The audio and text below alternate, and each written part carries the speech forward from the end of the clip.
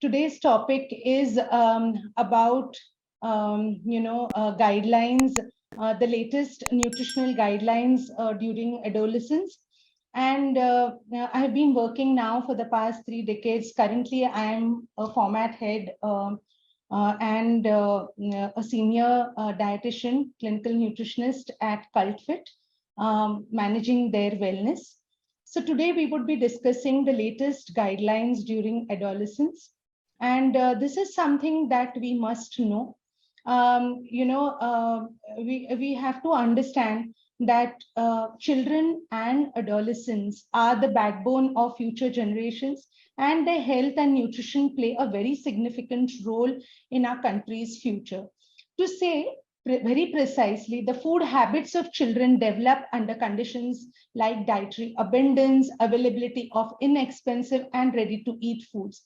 These days, adolescents have an exposure to large portions of energy-rich foods and increased proportion of foods that they consume, and most of it is also away from home. In India, population explosion, demographic changes, and alteration in traditional food habits all lead to development of unhealthy eating practices among children, resulting in malnutrition and diet-related chronic diseases. So myriads of attraction about fast food, junk food float around in social media, which are influencing the food habits of Indian children. So this is what we would be seeing about adolescence.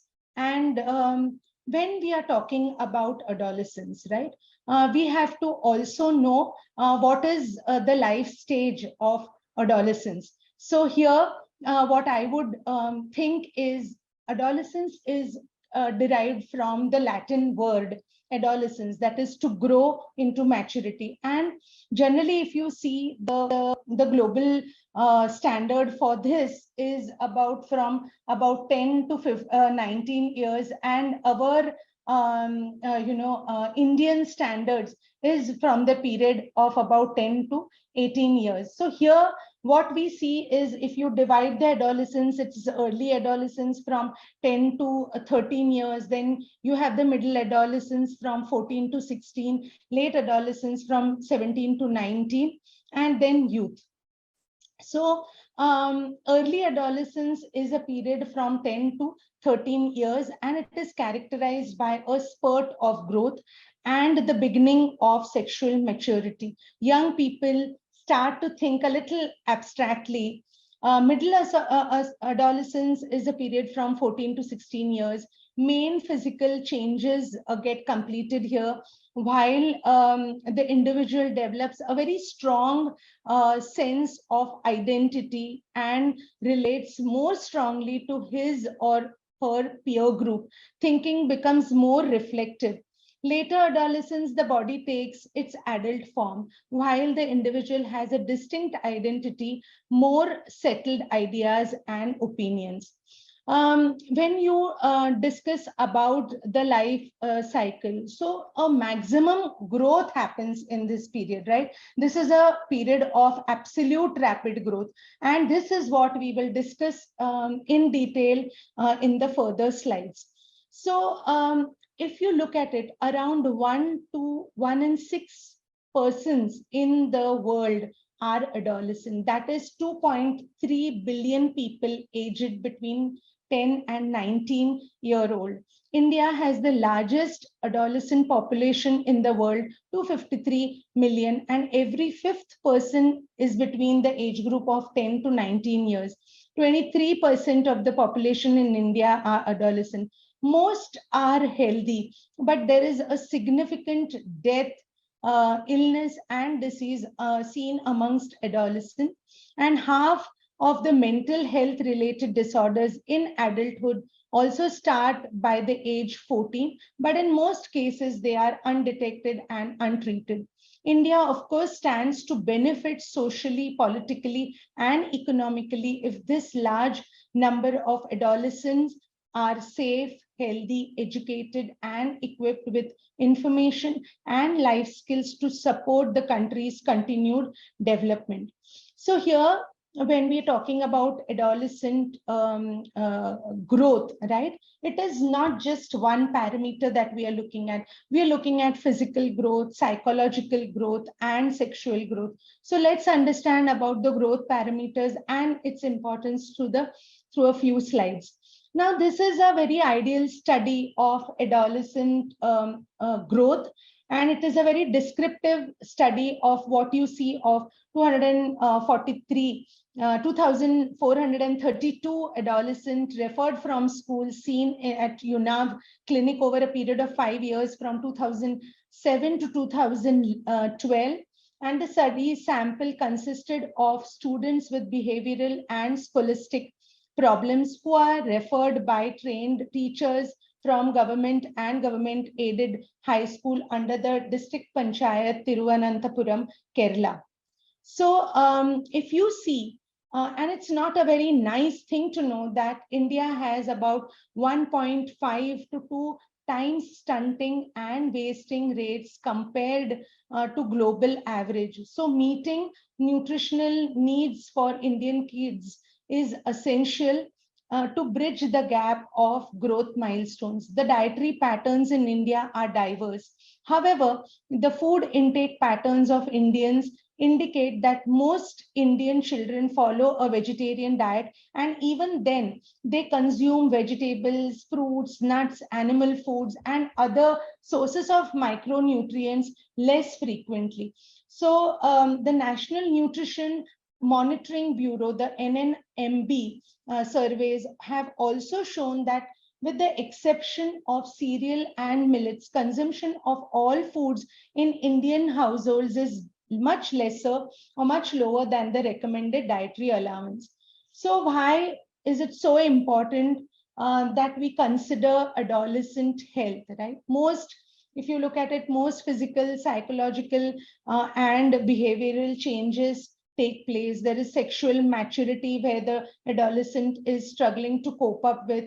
There is a physical and psychological pressure. There is a development of that adult mental process and mental identity, growth spurt, and physical activity. Therefore, a very healthy, responsible parenthood also needs to be projected, and that is what we should help when we are doing counseling to the parents and to the adolescent, identifying the correct nutrition and preventing any kind of malnutrition, because these adolescents are great human resource for the society, and here you're trying to build some lifelong nutritional and lifestyle behavior changes. So when we talk about adolescent for apparent growth, nutrition is definitely the most important factor. The growth, when we talk about growth, we also ensure that, you know, the height, nearly 1/5, that is 20% of the adult height is gained during adolescence. Again, about 25 to 50% of the final adult weight is gained during adolescence. Among almost 50% of the bone mass is accumulated by the end of the second decade of life. So early adolescence is definitely marked by rapid growth phase and pubertal changes, during which the time the nutrient requirements is different as compared to the late adolescence, when the growth has almost stabilized and micronutrients definitely have a very important role. Now, what you see is definitely we have to ensure that a good amount of daily physical activity is recommended.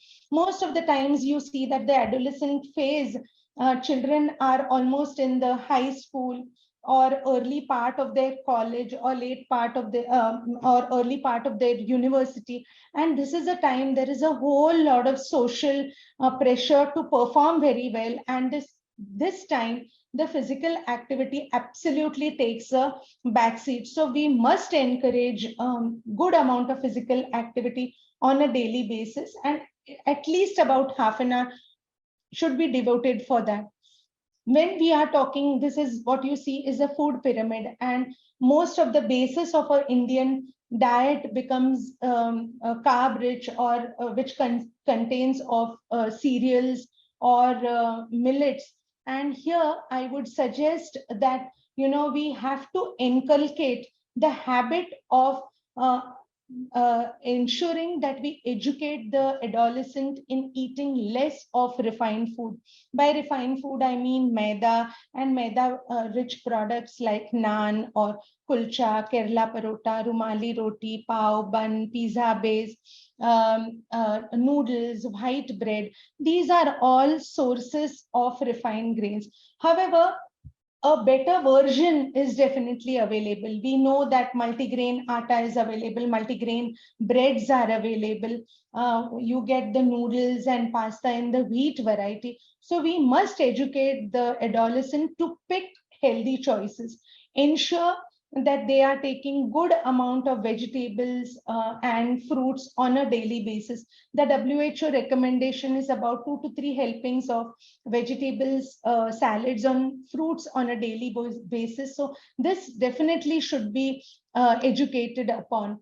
Most of the children they don't like pulses, or they just stick to one type of protein. So we must ensure that they are choosing good type of protein. And when we talk about protein, it is the plant-based protein, that is your pulses, legumes, lentils. These days you get a whole lot of products of soya, whether it is soya chunks, soya nuggets, you get tempeh, you get tofu. These can be encouraged. You have to encourage them taking, if the household consumes or food preference in terms of non-veg, you can consume on a regular basis. You can advise the adolescent to take eggs or lean meats in the form of chicken or fish, and tell them that that has to be in the right methodology of cooking. So here, counseling not just of our adolescent,